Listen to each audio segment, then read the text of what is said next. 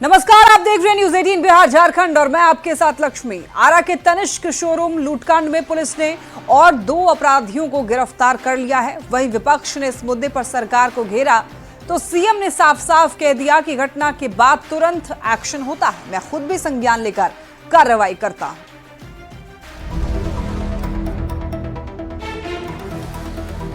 ये CCTV footage आरा के Tanishq showroom के हैं। लूटकांड की इन तस्वीरों ने बिहार ही नहीं बल्कि पूरे देश में हलचल मचा दी है। बिहार की कानून व्यवस्था पर सवाल खड़े कर दिए, लेकिन चंद घंटे के अंदर पुलिस ने 2 लुटेरों को गिरफ्तार कर लिया। लूटे गए आधे से ज्यादा सोने के गहनों को बरामद कर लिया। कुल मिलाकर 10 करोड़ 9 लाख का, जो कुल 3 झोला में था, जिसमें से 2 झोला हम लोगों ने बरामद किया और उसका आकलन तनिष्क वाले कर रहे हैं। इसमें एक आर्म्स भी जो है छीना गया था। उस आर्म्स को हम लोगों ने जो है अभियुक्तों की निशानदेही पे कल रात्रि में ही उसको हम लोगों ने बरामद कर लिया है। ये सोने के गहने उसी आरा लूटकांड के हैं जिसने पुलिस महकमे में खलबली मचाकर रख दी थी। यानी 24 घंटे के अंदर 2 लुटेरों की गिरफ्तारी और 3 में से 2 झोला गहने बरामद। गिरफ्तार किए गए बदमाशों के पास से 2 पिस्टल, 5 जिंदा कारतूस और गार्ड का लूटा हुआ राइफल भी बरामद किया गया। जो सीसीटीवी फुटेज जो दिख रहा है उसमें लूट कर जो कार्य किए हैं उसमें तो 6 दिख रहे हैं, लेकिन हम लोग अभी और इसमें अन्य अज्ञात को भी रख रहे हैं क्योंकि इस पूरे मामले का भी और पर्दाफाश। पुलिस ने तुरंत एक्शन लेकर अपनी नाक बचाने की कोशिश की, लेकिन सवाल ये भी है कि बाकी लुटेरों की अब तक गिरफ्तारी क्यों नहीं हुई।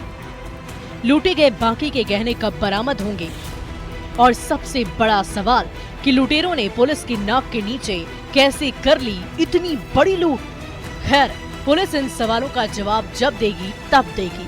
फिलहाल लूट की इस घटना से विपक्ष को बैठे बिठाए सरकार को घेरने का मौका मिल गया था। सुबह सुबह लालू प्रसाद की बेटी रोहिणी आचार्य ने सोशल मीडिया एक्स पर आरा लूट का सीसीटीवी फुटेज टैग करते हुए पोस्ट किया और लिखा, ये कौन सा राज है नीतीश कुमार जी।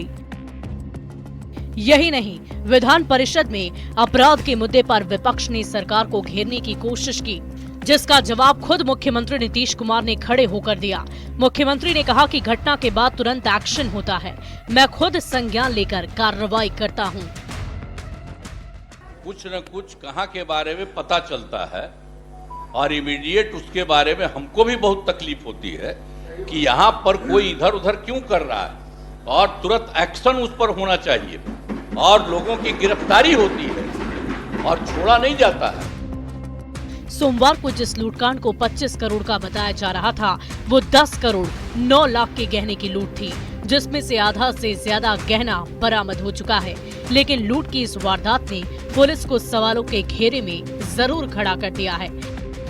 न्यूज 18 के लिए आरा से चंदन कुमार और पटना से रवीश नारायण के साथ ब्यूरो रिपोर्ट। बाबा बागेश्वर के बयान पर बिहार में सियासत जारी है। पहले बाबा ने भारत को हिंदू राष्ट्र बनाने की बात कही, फिर हिंदू राष्ट्र के लिए पदयात्रा, बिहार में पदयात्रा का ऐलान किया और अब बाबा बागेश्वर ने कहा है कि अगर भारत हिंदू राष्ट्र बनेगा तो पहला हिंदू राज्य बिहार ही होगा। बाबा के इस बयान पर अब सियासत सुलग गई है।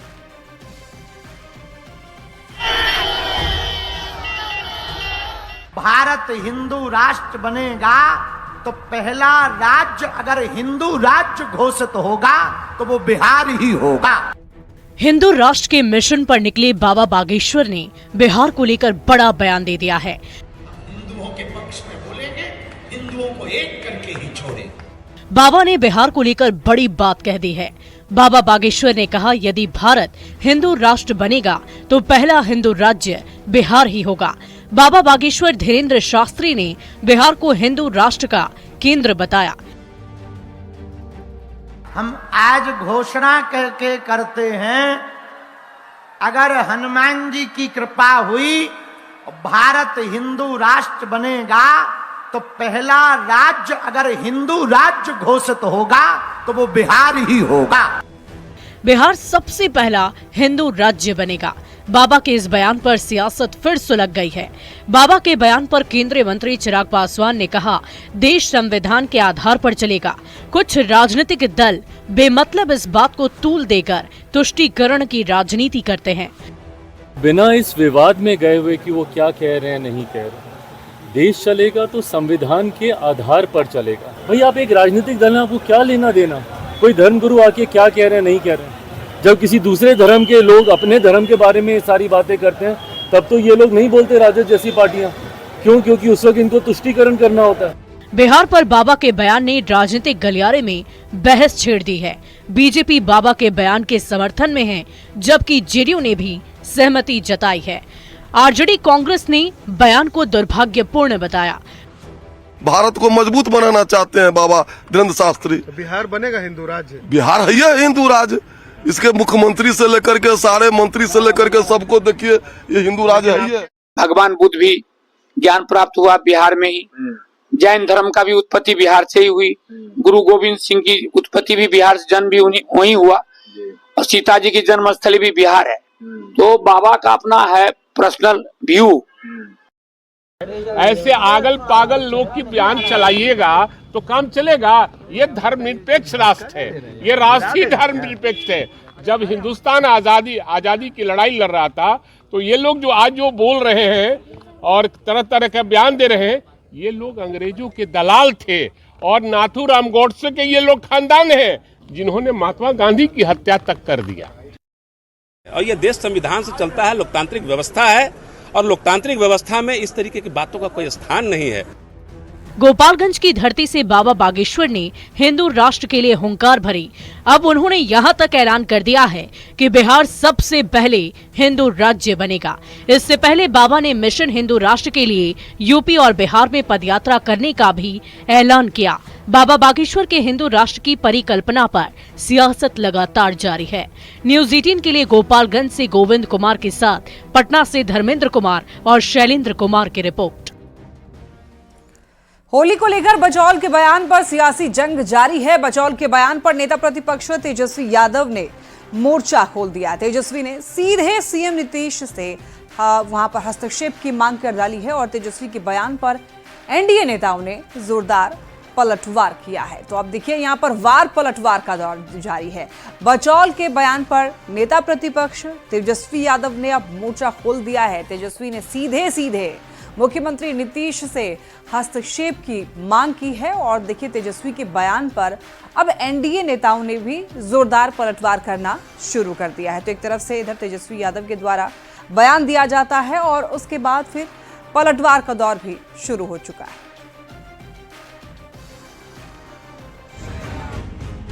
रंग लगाने में इस्लाम प्रभावित हो जाता है, लेकिन बेचने में प्रभावित नहीं होता है। यह उनकी दोहरी नीति है।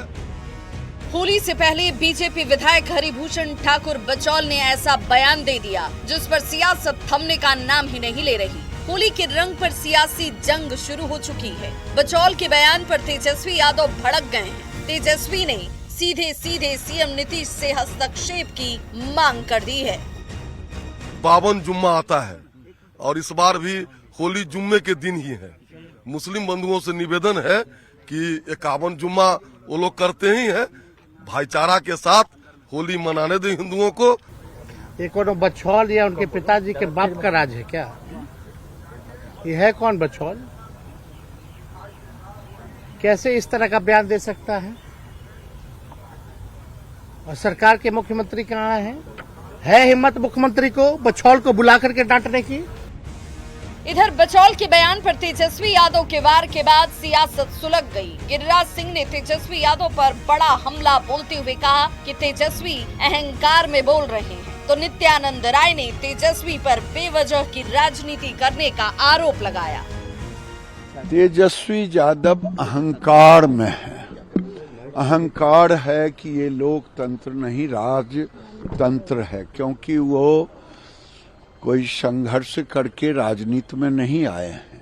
वो लालू यादव के बेटे हैं, यही उनकी ख्याति है। कहीं कोई विवाद नहीं है। विधायक बीजेपी के यह कहते कि होली के दिन आप हिम्मत के साथ आइए, रंग माने कहने का मतलब कि आप आइए और सम्मिलित होइए, होली के रंग में आप भी रंगिए। लेकिन इस तरह की भाषा तेजस्वी यादव बिल्कुल गलत है। जैसा संस्कार है उसी भाषा बोलते हैं। होली के दिन जुम्मे की नमाज पर चला आ रहा सियासी विवाद यूपी से बिहार तक पहुंच चुका है। होली में मुसलमानों के रंग गुलाल नहीं बेचने की बचौल की अपील पर सियासत गरमाई हुई है। सियासत अब हिंदू मुसलमान तक पहुंच गई है। बचौल के बयान से बिहार का सियासी पारा हाई है। न्यूज़ 18 के लिए पटना से अमित कुमार और संजय कुमार के साथ दिल्ली से अमितेश कुमार की रिपोर्ट। वीआईपी के राष्ट्रीय अधिवेशन में कई एजेंडों पर मुहर लगी और इस अधिवेशन में पार्टी ने 60 सीटों पर चुनाव लड़ने का फैसला किया है और बिहार में सरकार बनने पर डिप्टी सीएम का पद लेने का भी दावा किया है।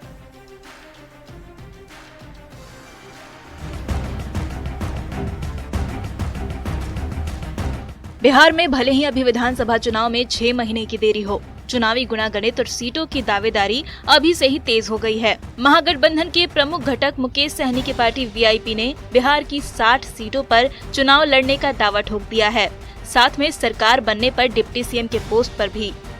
हमारी पार्टी आगामी बिहार में 60 सीट पर हम चुनाव लड़ेंगे, बाकी का सीट पर हमारे सहयोगी चुनाव लड़ेंगे। हमारी पार्टी का मुख्य है कि हमारी सरकार बनने के बाद हमारी पार्टी की तरफ से deputy chief minister VIP party का होगा, तो ये भी हमारे आज के एजेंडा में पास हुआ है। वाल्मीकि नगर में वीआईपी का राष्ट्रीय अधिवेशन हुआ, जिसमें 60 सीटों पर चुनाव लड़ने का फैसला किया गया। इन 60 में से 50% सीटें पार्टी अति पिछड़ा और एससी को देने की बात कह रही है। सवाल है कि क्या महागठबंधन के बाकी घटक दल वीआईपी की 60 सीटों की मांग को मानेंगे या फिर मुकेश सहनी की सिर्फ प्रेशर पॉलिटिक्स है ज्यादा से ज्यादा सीटें पाने के लिए। न्यूज़ 18 के लिए बगहा से मुन्ना राज की रिपोर्ट। अयोध्या में राम मंदिर बन गया है, अब मिथिला में मां सीता के मंदिर की बारी है। केंद्रीय गृह मंत्री अमित शाह ने मिथिला में मां सीता के भव्य मंदिर बनाने का ऐलान किया है। तो अमित शाह की इस घोषणा के बाद अब एनडीए में हर्ष का माहौल है। अवध में भव्य राम मंदिर, मिथिला में मां सीता का मंदिर। अयोध्या में राम मंदिर की तरह मिथिला में भी माता सीता का भव्य मंदिर बनेगा। गुजरात की धरती से अमित शाह ने ये बड़ा ऐलान कर दिया है। शाश्वत मिथिला महोत्सव में अमित शाह ने मिथिला में जल्द ही माता सीता का विशाल मंदिर बनाने का वादा किया। शाह ने कहा कि ये मंदिर दुनिया को नारी शक्ति का संदेश देगा।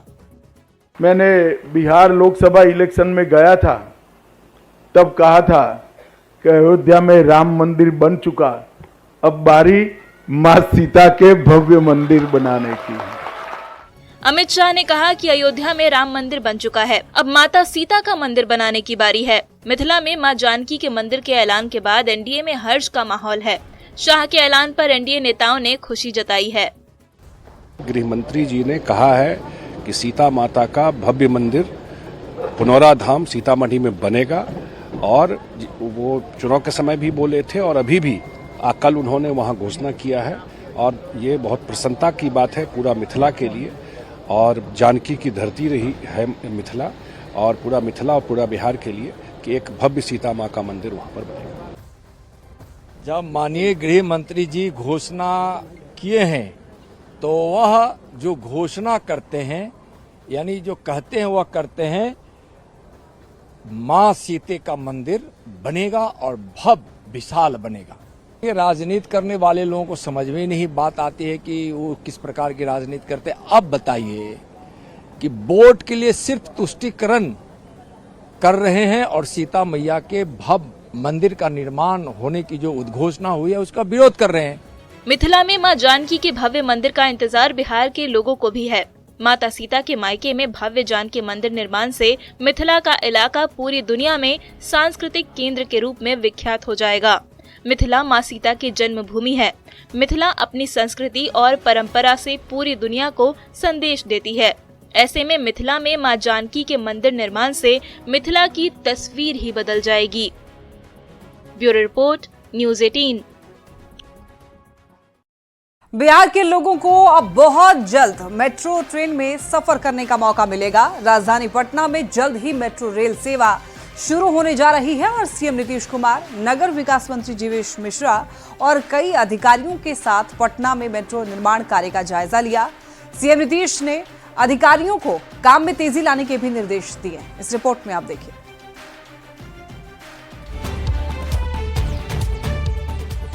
पटना वासियों का जल्द ही मेट्रो के सफर का सपना साकार होने वाला है। सीएम नीतीश कुमार ने पटना में मेट्रो निर्माण कार्य का जायजा लिया है। मुख्यमंत्री नीतीश कुमार ने नगर विकास मंत्री सहित अधिकारियों के साथ मेट्रो निर्माण कार्य का निरीक्षण किया। इस दौरान मुख्यमंत्री ने मंत्री और अधिकारियों को समय पर मेट्रो के शुरू होने के निर्देश दिए हैं।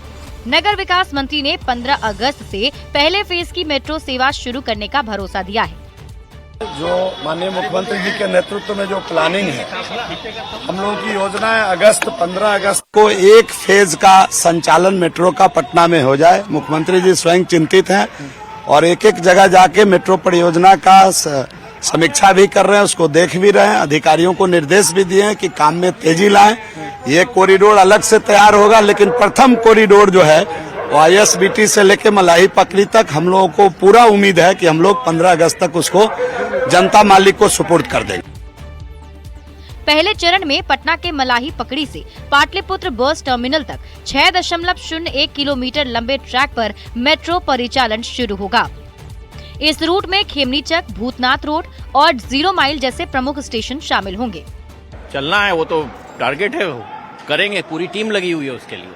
15 अगस्त का। और सर पूरे पूरे पटना में मेट्रो का पूरी तरीके से परिचालन कब तक हो जाएगा? वो अलग अलग फेजेस में अलग अलग टाइम पे होगा।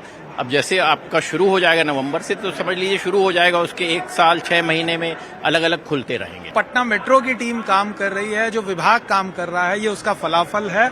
और आने वाले दिनों में हमारी जो कमिटमेंट है वो प्रायोरिटी कॉरिडोर है और अगस्त में हमको प्रायोरिटी कॉरिडोर चालू करना है। ये 6.5 किलोमीटर का पैच आप देखेंगे पब्लिक को डेडिकेट किया है। एक दिन पहले भी सीएम नीतीश कुमार ने PMCH और पटना विश्वविद्यालय के पास पटना मेट्रो रेल के निर्माण कार्य का जायजा लिया था। 27 फरवरी 2019 को पटना मेट्रो को स्वीकृति दी गई थी। इस परियोजना के तहत कुल 31.9 किलोमीटर मेट्रो रेल लाइन का निर्माण होना है। इसमें कुल 24 स्टेशन प्रस्तावित हैं। पटना मेट्रो का काम दिल्ली मेट्रो रेल कॉरपोरेशन कर रही है। 15 अगस्त से पटना मेट्रो के फर्स्ट फेज की शुरुआत होने से शहर वासियों को ट्रैफिक जाम से निजात मिलेगी, साथ ही आवागमन में भी सहूलियत होगी। न्यूज़ 18 के लिए पटना से संवाददाता आनंद अमृतराज की रिपोर्ट। बिहार विधान परिषद में तृतीय अनुपूरक बजट पर सरकार के जवाब के दौरान विपक्ष ने वॉकआउट कर दिया। नेता प्रतिपक्ष राबड़ी देवी ने आरोप लगाया कि अनुपूरक बजट में गरीबों के लिए कुछ नहीं है और ये केवल अमीरों और व्यापारियों के लिए है। राबड़ी देवी ने कहा कि अनुपूरक बजट में गरीबों के लिए भी कुछ होना चाहिए था। गरीब के लिए कुछ नहीं है, अमीरों के लिए है, व्यापारियों के लिए है। ये सब क्या चाहती थी उसमें, क्या होगा? गरीब का बजट गरीब के भी रहना चाहिए ना, गरीब के भी।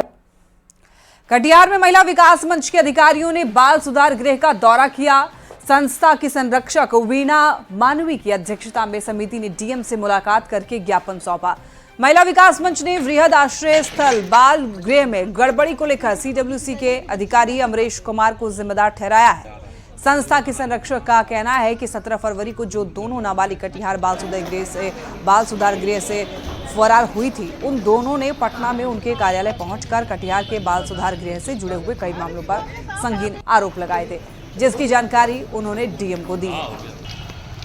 आरोप महिला विकास मंच लगा रही है CWC के जो यहाँ के हेड हैं अमरीश जी, उनके ऊपर, इसलिए क्योंकि अगर 9 तारीख को उस बच्ची के पेरेंट आए थे उसको ले जाने के लिए और पेरेंट के सामने ही जिद करके कि वो अपने काम में बिजी रहे होंगे या जो भी, उन्होंने उस दिन टाइम नहीं दिया, बच्ची जब जिद करने लगी गई तो उसे मारा भी गया। तो अगर 9 तारीख को ही उस बच्ची को पेरेंट को हैंडओवर कर दिया गया होता तो 17 को भागती ही नहीं। दवाई खिलाने की बात आ रही थी, दवाई खिलाया जाता है। देखिए ये जांच का विषय है, चूंकि देखिए बच्चे हैं, अगर बोल रहे हैं तो जांच होना चाहिए और डीएम सर ने कहा है कि हम जांच कर रहे हैं, क्योंकि वो बात उसने कोर्ट में भी बोली है और हमें भी बोली है, तो ये बातें तो आई हैं सामने। दरभंगा से एक दर्दनाक खबर है, जहां पर देखिए क्रिकेट खेलने के दौरान एक खिलाड़ी की मौत हो गई। बताया जा रहा है कि महिसारी गांव में क्रिकेट का मैच चल रहा था। 15 साल का आशीष पासवान बॉलिंग कर रहा था और आशीष की बॉल पर कैच उठा और कैच पकड़ने के दौरान आशीष टीम के साथी खिलाड़ी से टकरा गया और उसके बाद मैदान पर गिर पड़ा। साथ ही खिलाड़ियों ने वहीं पर पैर दबाया, लेकिन आशीष को होश नहीं आया। आनंद फानन में उसे स्थानीय डॉक्टर के पास ले जाया गया। स्थानीय डॉक्टर ने इंजेक्शन भी दिया, जिसके बाद उसकी तबीयत और ज्यादा बिगड़ गई और उसकी मौत हो गई। परिवार वाले पोस्टमार्टम कराने की अब मांग कर रहे हैं। हमारा क्रिकेट खेलने के लिए गया था। क्रिकेट में हमको मालूम चला कि साथ में उसको चोट लग गया है।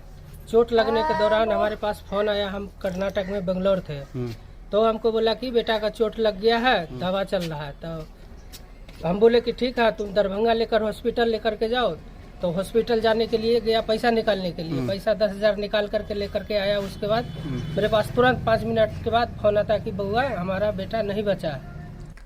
होली त्योहार को देखते हुए पुलिस एक्शन में है। पटना जिले में सोन और गंगा नदी के दियारा इलाके में लगातार शराब माफिया के खिलाफ कार्रवाई की जा रही है। दानापुर, मनेर और बेहटा इलाके में शराब की कई भट्टियों को ध्वस्त किया गया। इस दौरान हजारों लीटर शराब नष्ट की गई। इस इलाके में पुलिस कार्रवाई करती है, फिर कुछ दिन के बाद माफिया शराब की भट्टी चालू कर देते हैं। हालांकि देखिए, इस बार पुलिस इलाके में लगातार अभियान चला रही है। पुलिस लोगों से भी अपील कर रही है कि होली में शराब का सेवन न करें और शराब तस्करों के बारे में सूचना दें। तो टीम्स लगातार जो कंसर्न एसपीज हैं उनके नेतृत्व में रेड्स कर रही हैं पर्याप्त संख्या में बल के साथ। हम लोगों की अपील रहेगी त्योहार पर शांति से मनाएं, सौहार्द से मनाएं। शराब का सेवन और ये सब करने से खुशी भंगी होती है, उसमें कोई बहुत इजाफा नहीं। होली को देखते हुए मुजफ्फरपुर पुलिस शराब और शराबियों के खिलाफ लगातार एक्शन मोड में है। खासतौर पर ग्रामीण इलाकों में एसपी के नेतृत्व में लगातार छापेमारी की जा रही है और इसी कड़ी में एसपी विद्यासागर के नेतृत्व में 60 की संख्या में पुलिस कर्मियों की टीम कई जगहों पर छापेमारी करने के लिए पहुंची और 5000 लीटर अर्धनिर्मित देसी शराब को नष्ट किया। साथ ही 50 लीटर शराब जब्त किया गया। बताया जा रहा है कि मुजफ्फरपुर के पूर्वी क्षेत्र के दियारा इलाके से लगातार शराब तस्करी की शिकायत आ रही थी। उनके निर्देशन में ये सारा कार्य हो रहा है और यहाँ पे पहले से ये सूचना मिल रही थी। स्थानीय चौकीदार सूचना दे रहे थे कि व्यापक पैमाने पे बनाने की सूचना है और इसी निर्देशन में ही हम लोग यहाँ पर आए थे। और हम लोग अपने साथ सकरा थानाध्यक्ष है, मुसहरी थानाध्यक्ष, पीआर थानाध्यक्ष, साथ में हमारे एसडीपीओ मनोज जी हैं और सर्किल इंस्पेक्टर संतोष जी हैं। हम लोग नदी होली और रमजान को लेकर ट्रेन में यात्रियों की भारी भीड़ देखी जा रही है। लोग सुरक्षित यात्रा कर सकें, इसको लेकर आरपीएफ और जीआरपी तैनात है। संदिग्ध वस्तुओं की जांच की जा रही है। यात्रियों से नशाखुरानी गिरोह के बचने की लगातार अपील की जा रही है, नशाखुरानी गिरोह से। और देखिए, पटना जंक्शन से त्योहारों में यात्रियों के लिए किए गए इंतजाम के बारे में बता रहे हैं न्यूज 18 संवाददाता रजनीश कुमार। पटना रेल पुलिस पूरी तरह से अलर्ट पर है और लगातार ट्रेन से लेकर प्लेटफॉर्म और बाहरी परिसर की जांच चल रही है। बड़ी संख्या में एक टीम गठित की गई है और जीआरपी इंस्पेक्टर के नेतृत्व में देख सकते हैं तमाम जो पुलिसकर्मी हैं डॉग स्क्वाड के साथ अलग अलग प्लेटफॉर्म पर जांच अभियान चला रहे हैं। इसके साथ साथ सामानों की भी तलाशी ली जा रही है। और ये देखिए, डॉग स्क्वाड की पूरी टीम है, साथ में जीआरपी इंस्पेक्टर हैं आरके सिन्हा। जरा बातचीत करेंगे कि आखिर किस प्रकार से अलर्ट हैं और किन चीजों की जांच चल रही है। जितनी भी संदिग्ध वस्तुएं हैं स्टेशन परिसर में, चूंकि आगामी पर्व को लेकर के तैयारियां पूरी तरह से जो है वरीय पदाधिकारियों के द्वारा निर्देशित किया गया है कि किसी भी तरह की कोई भी घटना घटित न हो। पटना जंक्शन बिहार के सभी महत्वपूर्ण स्टेशनों में से एक है। इन परिस्थितियों में डॉग स्क्वाड और बम दस्ते को लेकर के चेकिंग की जा रही है।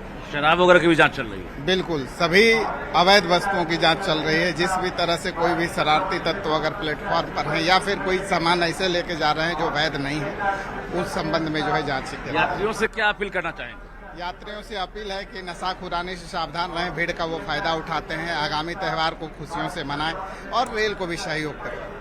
बिल्कुल, तो यात्रियों से भी इन्होंने अपील की है कि नशाखुरानी गिरोह से पूरी तरह सावधान रहें। तो कहीं ना कहीं ये देखिए, जो भी सामान है यहाँ पर उसकी जांच चल रही है। जो डॉग स्क्वाड की टीम है उसको जरा जांच की जा रही है और लोगों से अपील भी की जा रही है। साथ ही अगर शराब की सूचना मिल रही है या फिर कोई अगर शराब लेकर ट्रेन में चल रहा है तो उसकी भी जांच चल रही है। तो कहीं ना कहीं पर्व है और पर्व में बड़ी संख्या में जो खासकर परदेसी हैं वो अपने घर लौट रहे हैं। ऐसे में कोई परेशानी नहीं हो और कोई संदिग्ध वस्तु लेकर कोई सफर न करे, इसको लेकर रेल पुलिस पूरी तरह से अलर्ट नजर आ रही है। कैमरामैन अमित के साथ रजनीश कुमार, न्यूज 18 पटना।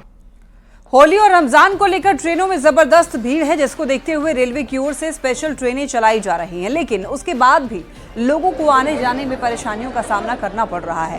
भीड़ के कारण यात्री फर्श पर बैठकर लंबी दूरी की यात्रा कर रहे हैं। सबसे ज्यादा भीड़ दिल्ली से आने वाली ट्रेनों में दिख रही है।